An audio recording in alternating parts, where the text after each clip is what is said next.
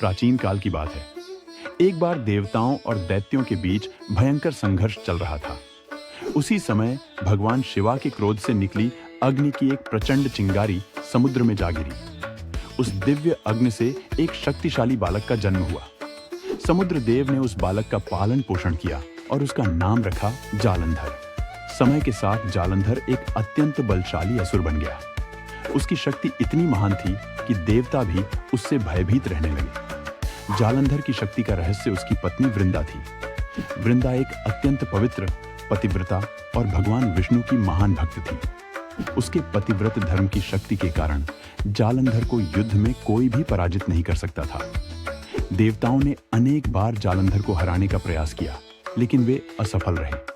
अंततः सभी देवता भगवान विष्णु के पास सहायता के लिए पहुंचे। भगवान विष्णु ने धर्म की रक्षा के लिए एक योजना बनाई।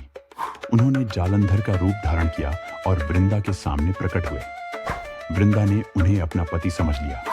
जैसे ही उसका पतिव्रत भंग हुआ, उसी क्षण जालंधर की दिव्य शक्ति समाप्त हो गई। अब जालंधर साधारण असुर की तरह रह गया।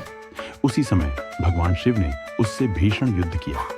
यह युद्ध अत्यंत भयंकर था और अंत में भगवान शिव ने अपने दिव्य अस्त्र से जालंधर का वध कर दिया। जब वृंदा को इस पूरी घटना का पता चला तो वह अत्यंत दुखी और क्रोधित हुई। उसने भगवान विष्णु को श्राप दिया कि वे पत्थर बन जाएंगे। वृंदा के श्राप के कारण भगवान विष्णु शालिग्राम पत्थर के रूप में प्रकट हुए। बाद में वृंदा की पवित्रता और भक्ति के कारण वह तुलसी के रूप में धरती पर प्रकट हुई। इसी कारण आज भी भगवान विष्णु की पूजा में तुलसी का विशेष महत्व है। शालिग्राम और तुलसी को साथ में पूजने की परंपरा इसी पवित्र कथा से जुड़ी हुई है। यह कथा हमें सिखाती है कि सच्ची भक्ति, सत्य और धर्म की शक्ति संसार में सबसे महान होती है।